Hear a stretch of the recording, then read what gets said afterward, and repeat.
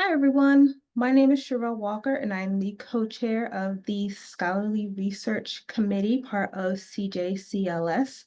I see my co-chair is also here. Kara, would you like to introduce yourself? Hi, everyone. I'm Carla Stewart. Nice to meet you. We're so glad to be joined here by our presenters today, April Dawkins, Megan Dempsey, and Joan Dalrymple.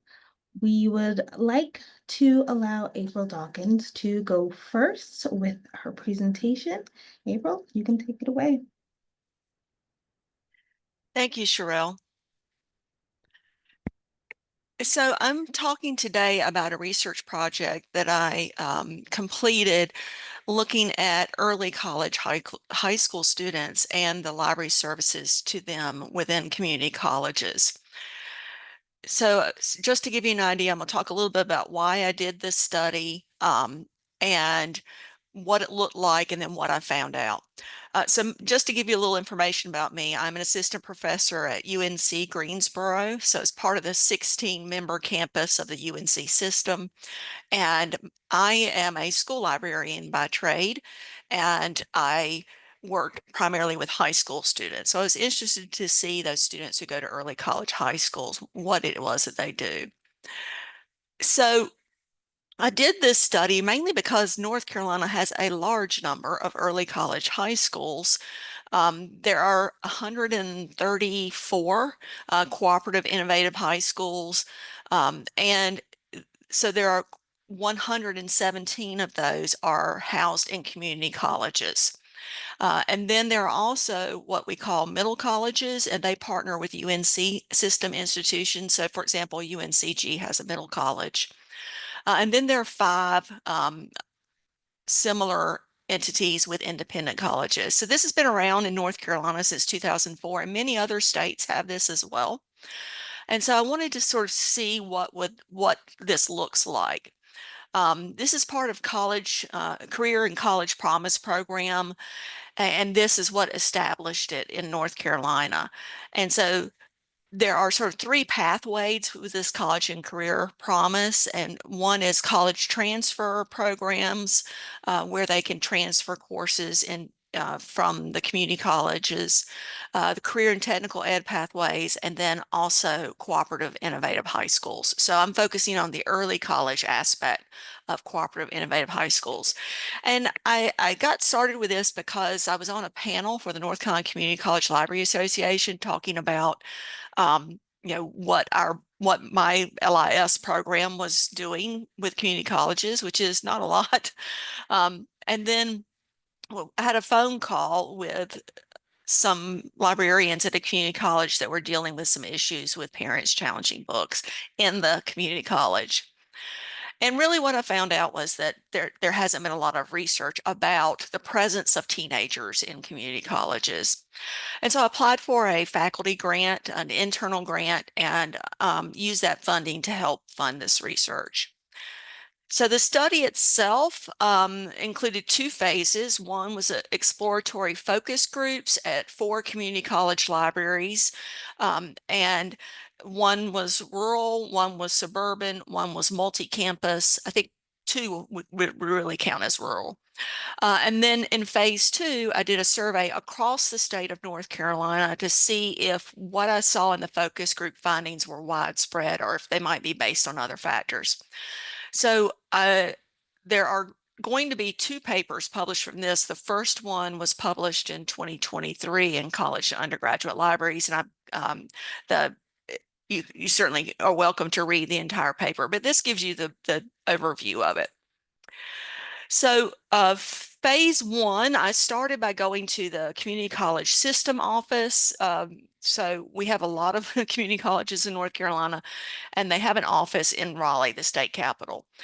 And so I went there really just to talk with the 2 leads there, staff members who work directly with community college librarians.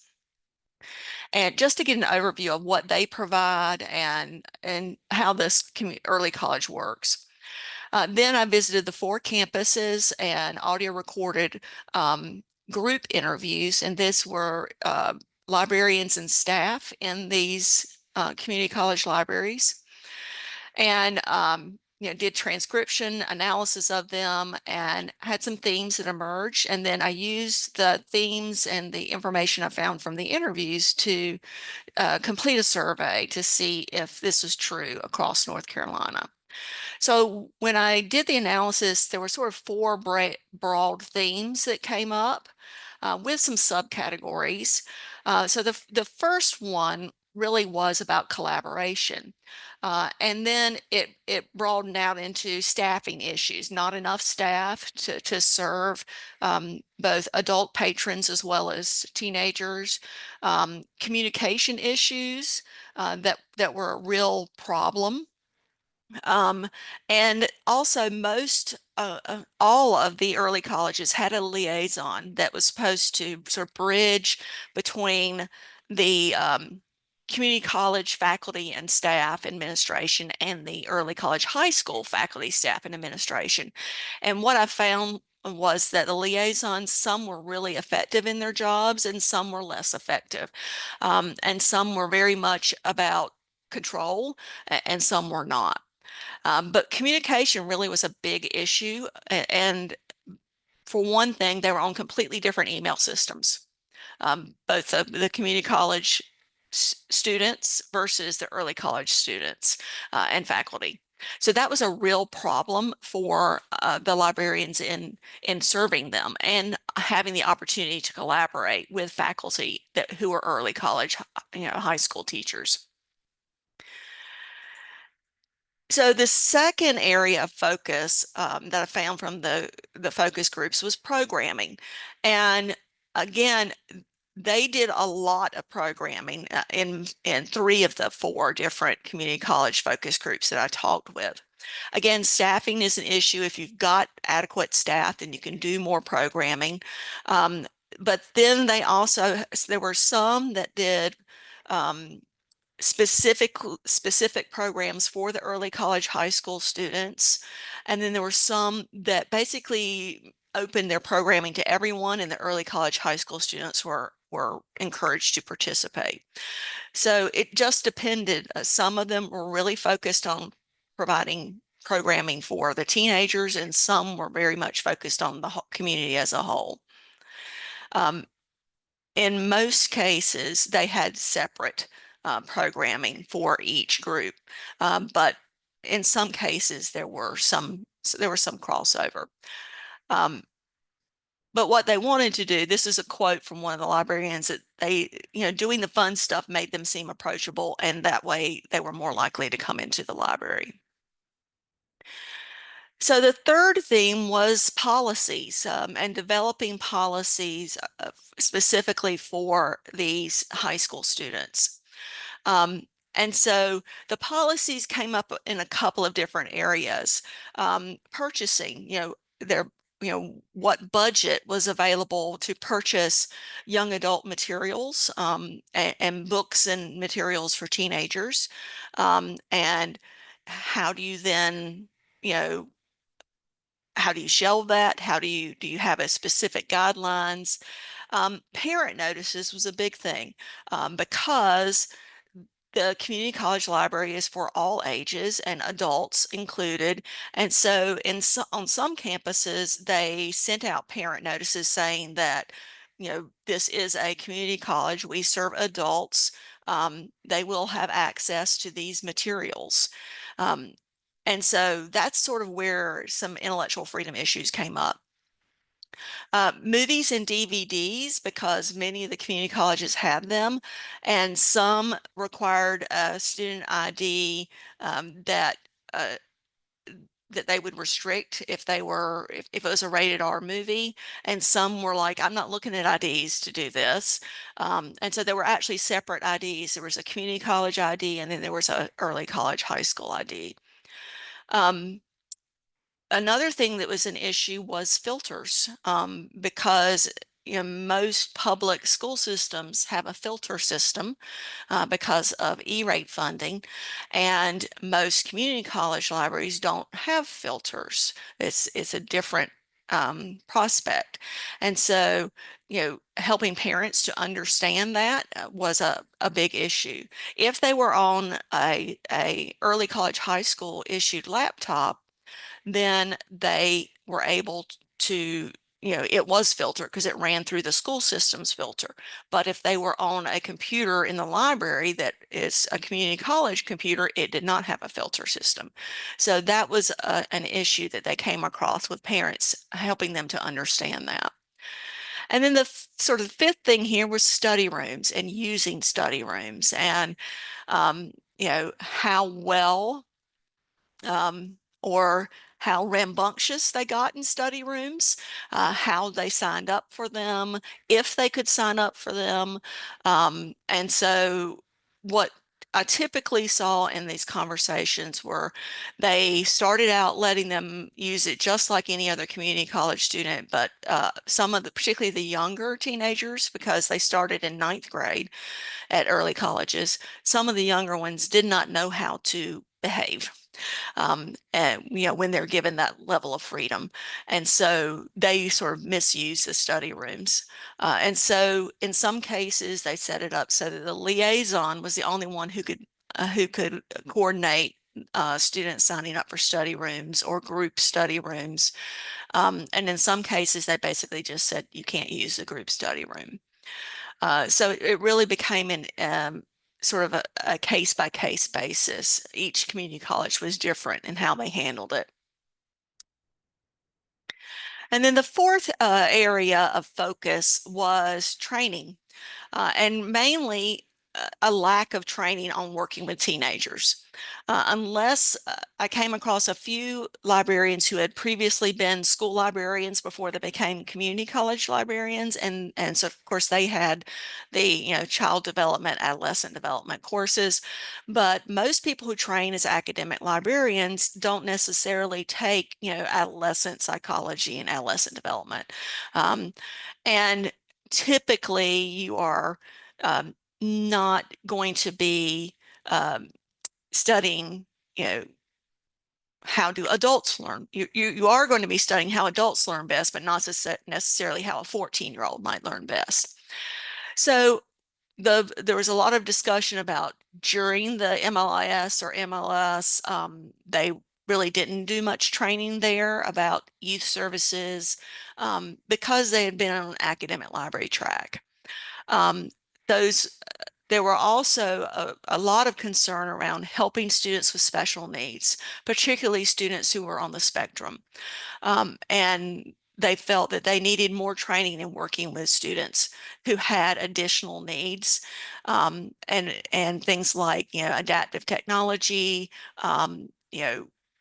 creating a quiet room or a separate room that could be used. So there was a need for that, and they wanted that training. There was also, a lack of coordination with the K-12 faculty administration that they could have provided some training for them, but that was a real issue. But I've sort of highlighted a lot of the problem side of things. But what I found was that almost every one of those librarians loved working with the teenagers. That often they were the most engaged students on their campus. They really enjoyed working with them, and they also found that once they typically will take their high school classes, and then in their junior and senior years, they'll take some community college classes, and then they'll continue on and get their associate degree. And they found that they were very prepared because they had come through the community college and the early college, and that they were really engaged. And so they really liked working with them for the most part.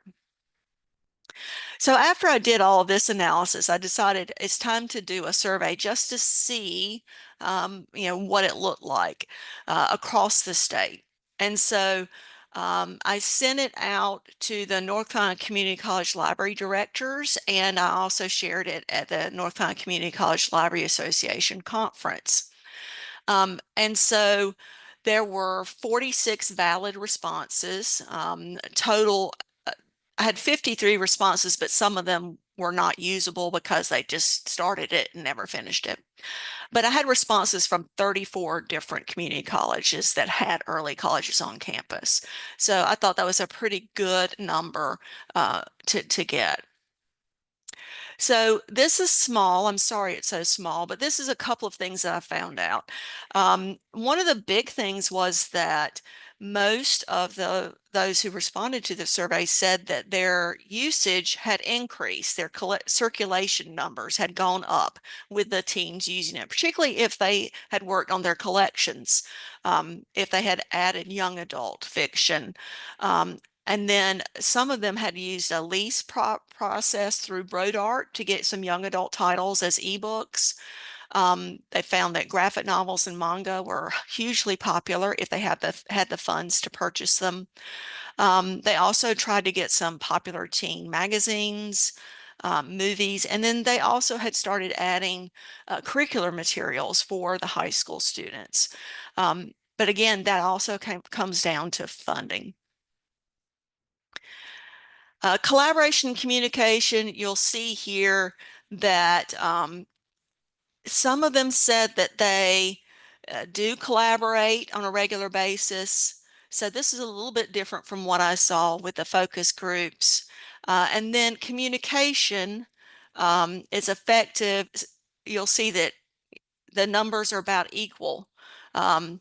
About 8 said it wasn't effective and about 8 said it was effective. But the thing that I find interesting is it was completely agree was not the highest number here. It was one of the lowest numbers. So certainly room for improvement. So because they're on those separate email systems, so the high school students and the high school faculty don't get the campus-wide emails. And then often what they said was that they didn't have access to the email addresses to actually reach out to them. They had to rely on the liaison to get messages out to the faculty. And when that happened, often it was not done in a timely manner. And so the event or the thing that they wanted to do had passed by the time the email was passed on. Training. Most of them said in terms of, I feel prepared to work with high school students by my library degree. Quite a few of them said yes, that they did. Some were neutral and then some were disagree. So it was slightly higher in terms of those who disagreed. And then community college has provided library staff with training on working with high school students. They all pretty much said that they never received any training on working with high school students. Even those who had been there since the beginning of the early college, high school coming onto their campus, there was no training before they came, and there has not been any training since. So very, very little support for that and how to support those students. So when because I anticipated that that would be an issue, I asked what they might be interested in learning more about. And so these are sort of the categories that I came up with. And so the ones where I saw the most was collaboration with high school teachers, and then diversifying the young adult collection, and then sort of bunched together instructional design and adolescent development. Very few people wanted to take a graduate level course in this. What they wanted was webinars, maybe a few half-day workshops or conference sessions. So not really wanting to do it in the MLIS, but maybe doing it more as professional development, after they're already in the field. So a couple of other things that came up when I had some open-ended questions. Again, maturity level was a big issue. And so, the teenagers can be noisy. And there's horseplay, and sometimes that created conflict with the adults in the community college program, feeling like their campus had been overrun by teenagers. And so there was sometimes some conflict there. Funding, again, is a big issue because if you want to support them, you need the materials, and they didn't necessarily have the materials they needed. So those were some of the big issues that came across. So what do I think this means and is important? Well, it can help inform programs like mine about how to prepare community college librarians to serve with high school students, and doing some more an instructional design about working with teenagers. The other thing is that, we need to develop more training for community college librarians who are working with teenagers. Now, that can be done through something like, your ACRL. It could be done through, other entities. So, for example, your state association, or if you've got a community college association. But again, being able to pinpoint exactly what people need and then providing webinars, like this, or conference sessions. And then, so really what I want to do in the future is sort of look at outside the United States and, outside of North Carolina, and sort of see what this looks like across the country, because I know there are different forms of early colleges across the country. We have more and more high school students who are taking college courses. So again, does ACRL need to address this? That's a question, and that would be, perhaps if I did another study looking at it more broadly, then I could determine that to see if there needs to be a broad national approach to professional development to support librarians and community colleges. So we have a few minutes for me to answer any specific questions that you have or comments, suggestions, and then I will pass things over to our other presenters. Okay, so I see in the Q&A, were you ever able to develop college readiness curricular in collaboration with secondary teachers and librarians?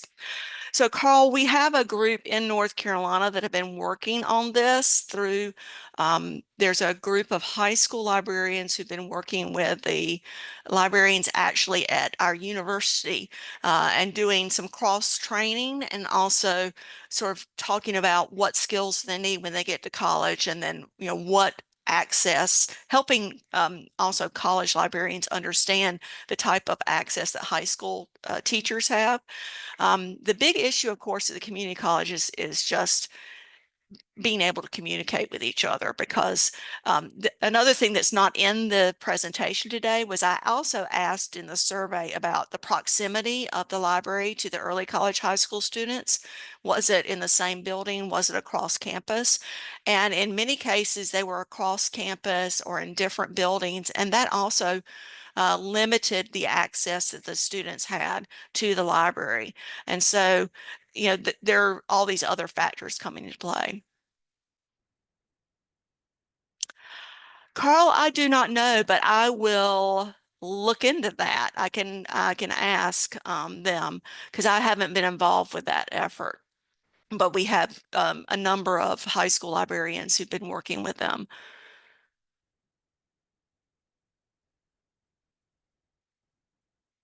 Thank you for your questions. Proximity is very, very important, particularly with high school students, because they sort of restricted, if they got up to shenanigans, then some of the administration would restrict their access to the library, which is a real issue. Other questions, either in the chat or in the Q&A?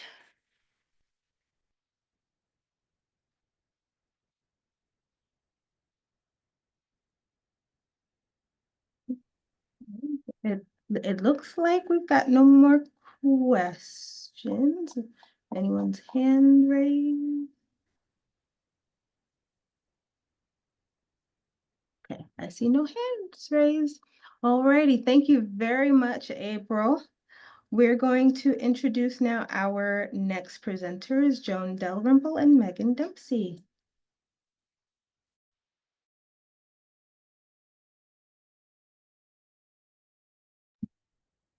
Okay, thank you, everyone. So I'm Megan Dempsey. I'm the Instructional Services Librarian at Raritan Valley Community College in New Jersey. And I believe Joan is getting set up over there. So while she's doing that, I will share our presentation. Thank you. My video is loading.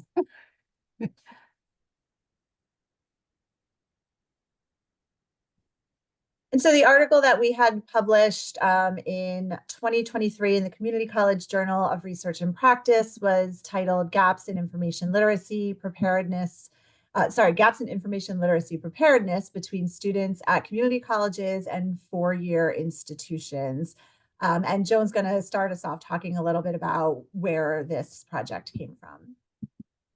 Thank you, Megan. Unfortunately, my video can't seem to load again. It was working earlier, so I apologize. Hopefully it will come back. But our study regarding gaps in information literacy preparedness, comparing community college students and four-year institution students it was published in Community College Journal of Research and Practice. And Megan and I were part of a larger research team. I'm a reference and instruction librarian at Bergen Community College. Next slide, please. So to give you some context for our study was part of a larger project. It was called First Years Meet the Frames, and it was led by Principal Investigator Joyce Valenza from the School of Communication and Information at Rutgers University. And there was also a group of co-authors that were school and academic librarians. And there is a research guide, a LibGuide for that project, and we'll put that in the chat for you so that you can take a look at that. The research questions for this larger project focused on how knowledge of students' prior library experience can help in understanding learning gaps, how reflections of college freshmen might reveal possible disconnects between the AASL, National School Library Standards, and the ACRL framework, and how school and academic librarians and LIS educators might collaborate to address issues of information equity by bridging college readiness gaps. Next slide, please. So here you can see the timeline for the project. So in phase 1, in spring 2020, high school librarians were surveyed about their practices, the resources they used, and their priorities. In phase 2, in spring 2021, after IRB approval at 6 institutions, which was really an accomplishment in itself, first-year students from 2 community colleges and 4 four-year institutions were surveyed about their information literacy-related experiences in high school and college. At this time, our libraries were not all physically open due to the COVID-19 pandemic. In 2022, data from phase 1 and phase 2 was used as the basis of the project's first publication in the Journal of Academic Librarianship. And then later in 2022, the academic librarians used phase 2 data for a publication in the Journal of Information Literacy about student and librarian interactions during the pandemic. For our study, which was published in 2023, we disaggregated the phase 2 data so that we could compare community colleges and four-year institutions data. So in order to reach an audience outside of librarianship, we intentionally selected a community college focused journal, the Community College Journal of Research and Practice. Next slide, please. So the larger project and our study use the terminology novice and non-novice to describe the research behaviors of the students who participated in the study. So novice student researchers were less likely to have used the library or to ask a librarian for help in high school. Non-novice student researchers were more likely to indicate these behaviors. Next slide, please. So some highlights from the literature review include a discussion of the use of the ACRL framework in community college libraries, the integration of information literacy skills in nursing curricula in community colleges, and the information literacy skills of community college students who transfer to four-year institutions. Next slide, please. So in the literature review, we did find a lack of studies of practical applications of the framework in community colleges, with more studies readily available about four-year institutions. Some reasons cited by these studies are the limited time for library instruction in community colleges, and addressing the abstract concepts of the framework is challenging, especially in a one-shot instruction situation. There is some literature regarding the integration of information literacy skills into nursing education in community colleges, as the evidence-based practice in the nursing curriculum is well supported by information literacy in terms of searching and evaluating resources. Some studies revealed a preference for the former ACRL standards due to their more practical nature. And then finally, other studies focused on the information literacy skills of community college students who have transferred to four-year institutions. There was a lack of studies that examined the differences between first-year community college students and first-year students at four-year institutions. Next slide, please. Regarding the survey design, the survey in phase 2 had 64 questions of different types: demographic, descriptive, open-ended, and there was a Flipgrid video response option as well. We used Qualtrics software to conduct the survey and to analyze results.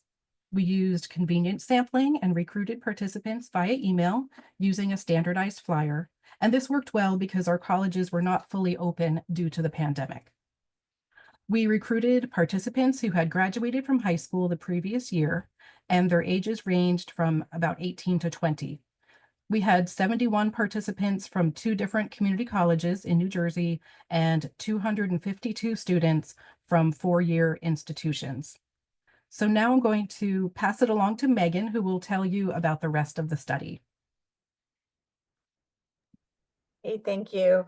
So our research really asked 2 questions, and we were comparing the community college students who responded to the first year, who were also first year students, to the four-year students. And we wanted to know if there were different gaps in their preparation for college level research, and also if there were differences in the ways that the students interacted with the academic library and their librarians. So for the first question, we took the novice and non-novice determinations that Joan described from the larger research study, and we compared how representative each group was among the community college population and the four-year student population. And we also examined students' responses to a question that asked how familiar they were with the ACRL framework concepts. So we found, first of all, that community college students were more likely to come to college as library novices. In our study, there were more community college students that we identified as novices compared to the four-year students. And conversely, there were more four-year students who we identified as non-novices, and these were statistically significant differences. So in other words, first-year students that, excuse me, at four-year institutions are going to college with more significant high school library experiences than the students who are coming to community colleges. And those four-year students are more likely to have visited their high school library, to have asked their high school librarian for help with research, or to use instructional materials that were created by their librarian. And this was a lot less likely for the community college students. We also had asked some open-ended questions in the survey. And so what you're seeing now is just a sampling of responses from students who identified themselves as community college students, answering the question about what gaps exist between the skills they learned in high school and what was expected of college level research. And as with all surveys, there was a wide range of responses from I never did research in high school, and so everything was new, to excuse me, to other students who felt that there wasn't that much of a difference, but they pointed out things like not knowing that they weren't going to get quality work from things like Chegg or other online tutoring services, and a comment that it was much stricter in college on your MLA formatting and how reliable your research was. So just sort of the quality of expectations was much higher when they got to college. And that was something that was not the same as in high school. And similarly asked, what were 3 of the most important things the students learned in high school or their high school library experience that they used in college? And so obviously the students who responded to this had high school library experience, but the kinds of things they answered with were that, one said it really didn't teach them anything they could use in high school. But others pointed out that having good relationships with librarians or that knowing there are always people there to help was very valuable, that the library is a great place to go to study, and there's going to be a lot of information if you kind of know how to look for it and understand what you're looking for. So we found we did not include the open-ended responses in our formal analysis in the article, but we thought these were really interesting sort of highlights to what it was that we found. When we examined the question that asked about students' familiarity with the threshold concepts of the ACRL frames, we were able to start determining that 4-year students did have more familiarity with the frames by the end of their first year of college. So the students, while them taking the survey, they were presented with a list of like plain language statements that were drafted in order to represent each of the ACRL frames and asked to indicate which of those were research concepts that were familiar to them. And there was also an option to select, I am not familiar with any of these concepts. For all of the frames, a greater number of 4-year, greater percentage of 4-year respondents said they were familiar with the concept. And 5 of these were statistically significant. So information creation as a process did not have a statistically significant difference, and neither did the I am not familiar with any of these, but all the other frames, there was a significant difference between the 2 groups. I should say too that because the survey was administered at the end of their first year, it's most likely that the students became familiar with these concepts during that first year, since they are specific to higher education, although they may have had some exposure to the ideas in high school as well, just under different terminology or not using the terminology of the framework. So the greatest difference that we found was for the information has value frame. And then secondly, for the research as inquiry frame. And what you can see are the plain language statements that the students were actually asked to determine if they were familiar with. The differences seen in the information has value frame, I think might not be that surprising. This does seem to be one of the more kind of abstract and complex concepts in the framework. And it's very likely that it's less discussed in the context of the research projects that students, especially at a community college, might be doing in their first year of college.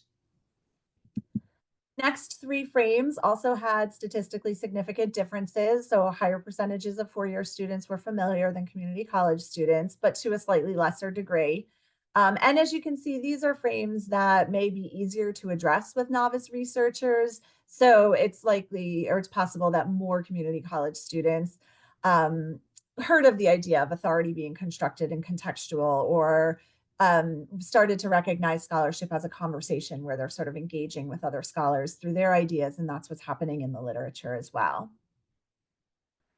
The second question that we wanted to examine was whether there were differences in the way first-year students at community colleges interacted with their library or their librarians compared to their 4-year peers.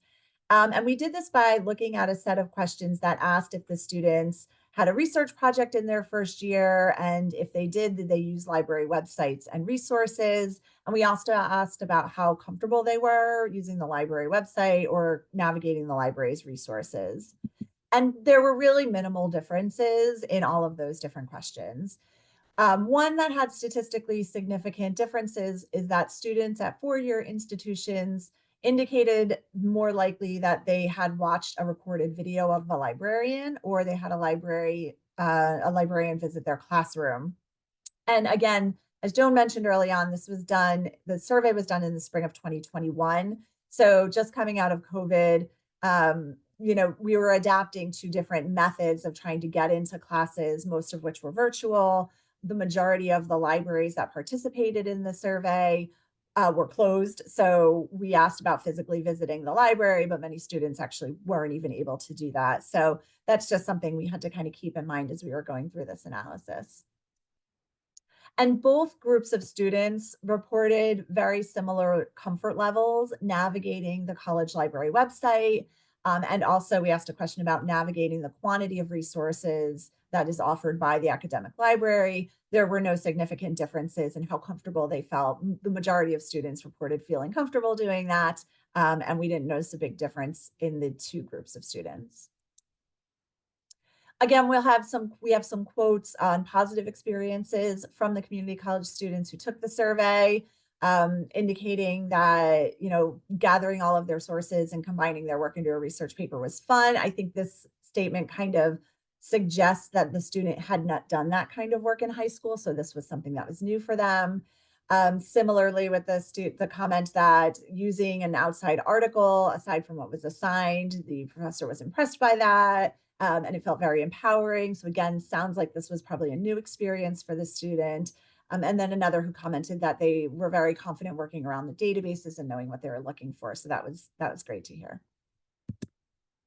So, you know, in summary, what we really kind of honed in on is that community college students begin college as library novices. And so I think this is very important to recognize as community college librarians that we have students who may be coming to us having not had any kind of significant experiences with a high school library or a library maybe other than their public library as children.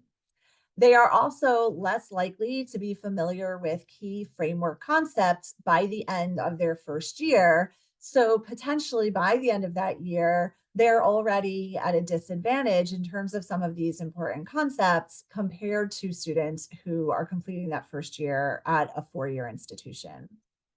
And so when they transfer or enter the workforce, those gaps, they may continue to lag behind their four-year peers in terms of their information literacy skills.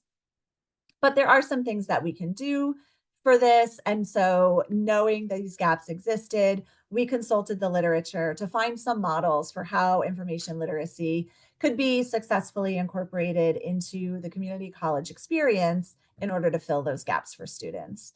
There obviously are challenges to being able to do this, some of which Joan talked about, we found in the literature review as well. But community college librarians are trying to meet the needs of a very diverse student population. Our study looked at traditional age students who started college right from high school, but obviously we have many other career changers, people who are retooling, people who've been out of education for a while in our classrooms as well. And with that, we have limited time to teach those more complex IL concepts because the majority of community college librarians are teaching one-shot sessions as opposed to maybe semester-long or 4-credit information literacy courses. And it can be difficult to establish buy-in from those classroom faculty to incorporate IL into their coursework because of time constraints, because of a packed curriculum, because they're already overworked as community college faculty. And so there are a lot of challenges that we need to address.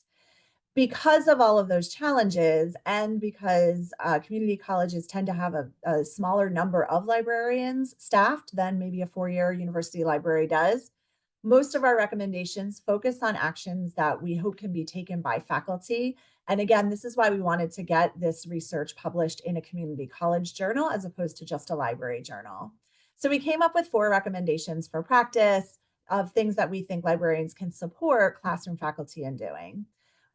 One is explicitly using classroom discourse to develop IL skills, consider curriculum mapping, IL learning outcomes, incorporating information literacy into high impact practices, and exposing workforce students to IL dispositions that are specific to workplace information landscapes. And so I'll take the last couple minutes just to briefly talk about each of these. And you'll see a reference at the bottom of each one, and we have a references slide that we can share out so you can go and find the examples that we relied on for these recommendations. So in terms of explicitly using classroom discourse, it's very important that faculty put less emphasis on the act of finding sources and discuss information literacy more as learning about a topic. thinking critically about the information that's been discovered and kind of bringing in some of those higher order thinking skills in terms of information literacy. Personally, I've seen this difference in how students react in one-shot sessions that I'm doing as I'm moving away from talking about let's find sources and talking more about let's get some information that will help us understand this better, or what are we curious about that we want to learn more about. So working with faculty to really be more explicit in using that kind of discourse will help solidify and reinforce it for students. Curriculum mapping has been done in a lot of nursing and other health programs throughout community colleges, and those are what most of the examples in the literature out there talk about. But doing this in other programs, mapping the set of IL skills that students need to have and where in their program they are learning and then reinforcing those skills is a systematic and intentional way of making sure that those enduring understandings and lifelong information competencies really are taught intentionally for students throughout the course of their program. So if we can work with program coordinators or faculty who are running programs to really think intentionally about where IL is happening instead of haphazard one-shot sessions or research assignments that aren't really connected to the goals of the program, we can really make a bigger difference in ensuring that students are prepared by the end of those programs. As community college faculty are adopting high impact practices like undergraduate research and capstone projects, librarians could be talking to them about what fertile ground that really is for more complex framework concepts like research is inquiry and even information has value. Obviously, scholarship is conversation as well. And so there was a great example of this using an oral history research project by Parada in 2019. And he doesn't actually mention working with a librarian in that article, but there is a lot of information literacy discussed in there. And so that would be a great example for how we can really infuse information literacy competencies into those high impact practices, which just lend themselves so well to that. And then finally, we need to make sure that we are not neglecting the workforce education side of the house, and talking with workforce educators about how the dispositions that are in the ACRL framework could be incorporated into what they are doing. The most important piece of this is going to be finding common language to start with. And librarians have a tendency to have a very academic focus. So when we're working with workforce educators, if you look through the dispositions for the different threshold concepts, things like being flexible, things like adapting to change, those are all competencies that would serve students in workforce programs really well in navigating the information landscapes that are unique to their fields. Lloyd has done some really interesting research with this, particularly looking at the information needs of firefighters. And so if you have workforce educators that you want to get involved with, I highly recommend taking a look at the research that she's done. So, those are some of the recommendations that we had that we were able to pull out of existing research, but this is going to be an ongoing thing. There's still very little research about the application of the framework in community colleges, as Joan was mentioning. So we need to keep doing this work and keep publishing it so it's out there for others. And we're happy to take any questions. Thank you very much, Megan and Joan. I'll ask the audience if they have questions first. I know I've got a question. And there is a question from Carl about sharing the slides. So I put in the chat that our slides will be shared on the Scholarly Research Committee LibGuide. Yes, they will go on the LibGuide, and you will also eventually see the link to this video of this session. So my question, and it's really to all of you, there's been a lot of recent emphasis on specialized first-year experience classes, especially for those who are fresh out of high school coming into the community college.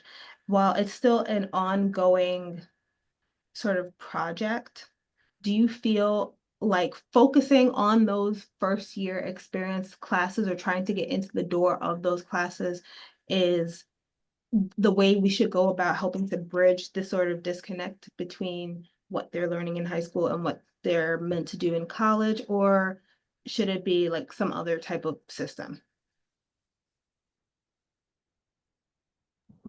So I'll speak to that a little bit because we have been having those courses developed at Raritan Valley, and I'm mostly there in my liaison areas because I'm the liaison to the sciences. And they seem to have really adopted that model. So we have a Foundations of Engineering course, we have a Foundations of Environmental Science course, and it's exactly what you were describing, Sherelle, like those first year experience courses. And I'm having tremendous success in getting those faculty to buy into, so to speak, the value of information literacy at that point.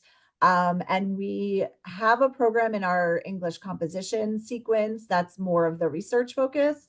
And so in those first year experience classes, we're able to do a lot more of what I call real world information literacy. So a lot more of what's in the framework, misinformation, evaluating information, thinking about, digital citizenship and those sorts of things. So I do think that's a great opportunity. And because it's not such a content curricular heavy course, usually, there's a lot more space for the faculty to think about how they can bring information literacy into that. That's been my experience. And at Bergen Community College, we have an established college success course, which is similar to the first year experience courses. And we do have a librarian who is a liaison to that department. There are also 3 librarians who teach in that department. So we worked with them mainly to address a career research assignment that heavily uses information literacy skills, but these skills are also infused throughout the course. And the 3 librarians, we worked on an OER textbook as well. So we made sure that we had information literacy concepts infused throughout that course. April, did you have anything to add?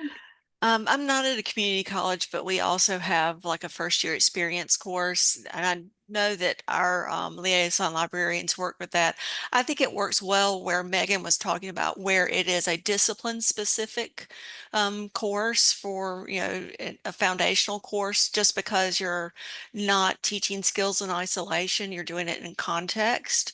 And so I think that's a bit more successful model than just teaching library skills in a course.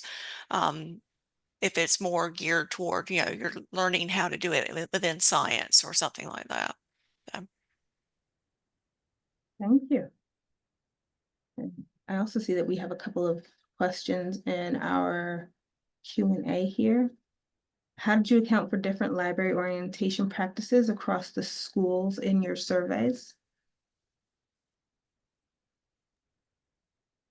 I see, Megan, you were starting to answer that one. I was starting to, yeah. So we did not explicitly address that either in the survey or in our analysis, but we did have, it was like a 72 question survey. So there were a lot of questions in there. And we did ask like, which of these did you experience? And, they could check off a certain amount. For Joan and I, our evaluation, Joan, I don't think we looked at those questions explicitly. No, you're right. Yeah. Mm.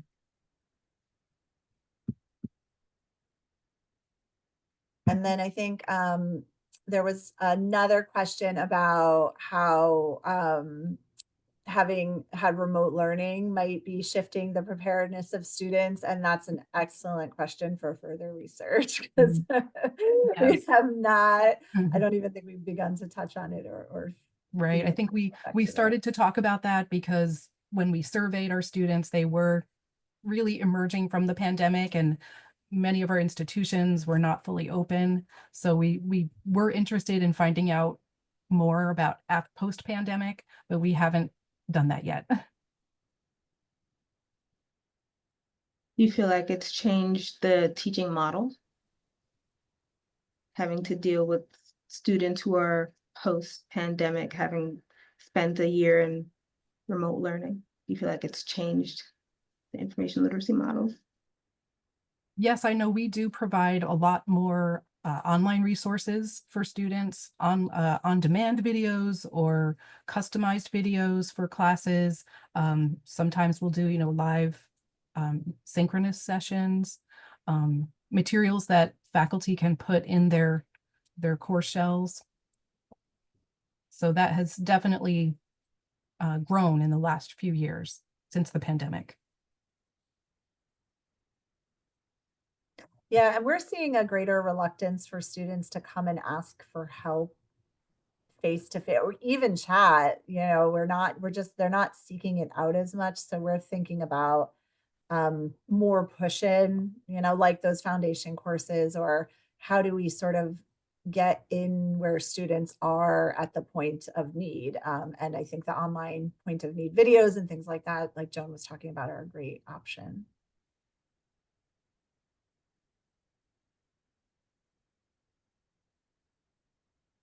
I was muted, my bad. Do you know of any examples of curricular maps of information literacy, especially at the community college library setting? So we have there's a couple of references in our slides and then in our article as well. And most of it that I've seen has been done with nursing programs. I don't know that any of the articles actually have the map itself as an appendix. Most of them just sort of talk about that process of doing the mapping. I don't think I have seen any example maps. Joan, have you seen anything like that? I don't have any examples, but our institution is working on expanding and revising our general education essential skills. And so information literacy is one of those. And so our faculty are starting to create more detailed curriculum maps that will map their courses to information literacy outcomes. So we are very pleased that that's happening. But we don't have examples that we could share at this point. Yeah, that's the same with us. So we've done curriculum mapping workshops through our assessment committee. And so things exist internally, but nothing that's been made publicly available. But it's essentially the faculty just created, they list out all of the program requirements and then the information literacy skills, and then they put an X wherever they think they're not fabulous, but it's a start. Thank you. There's a question for all three panelists. Do you think it will be valuable to introduce college-bound seniors to the ACRL framework?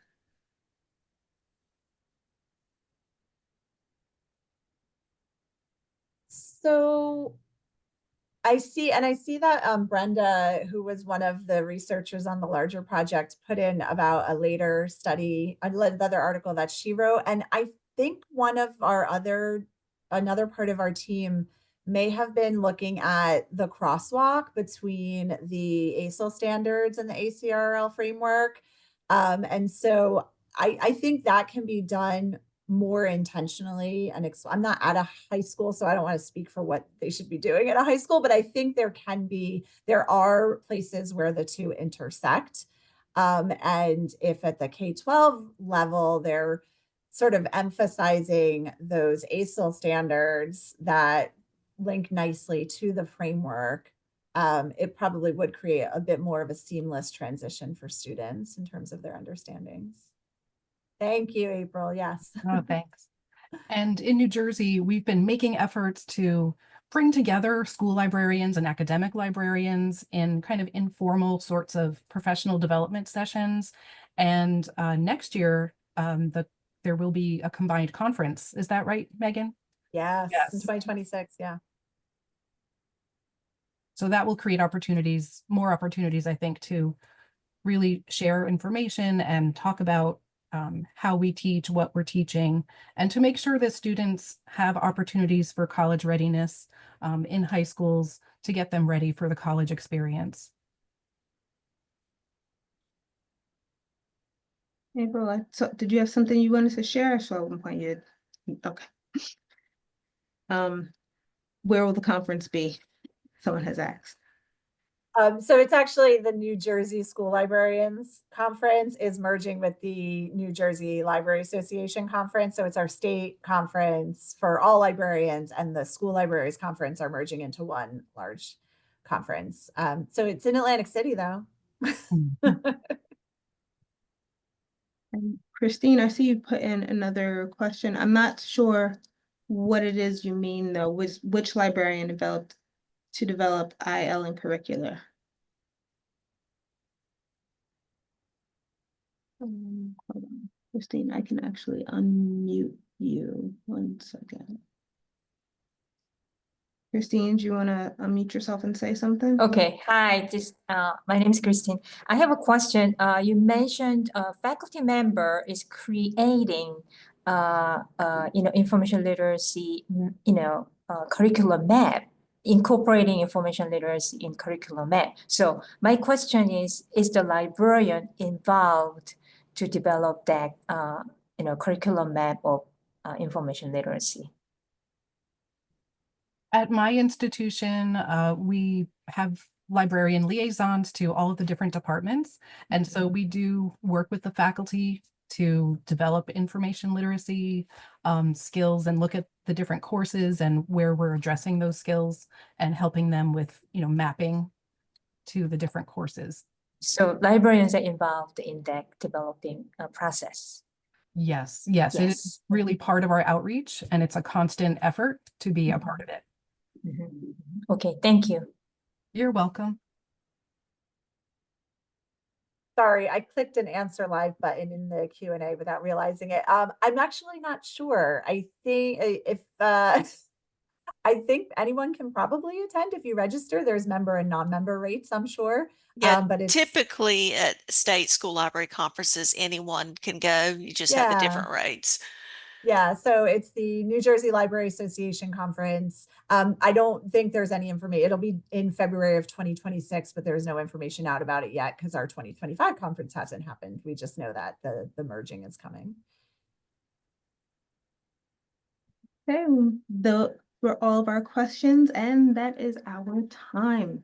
Thank you again so much to Megan Dempsey, April Dawkins, and Joan Dalrymple. We all found the information so helpful. I almost forgot about the survey. We have a survey that we would like people to answer in regards to the content that you saw here today and future events. I'll try to send it out later on too to people who were registered. If you could, please answer the survey. We look forward to seeing all of you at our spring webinar next spring. Survey. Okay. Thanks, everyone. Thank you. Thank you so much. all.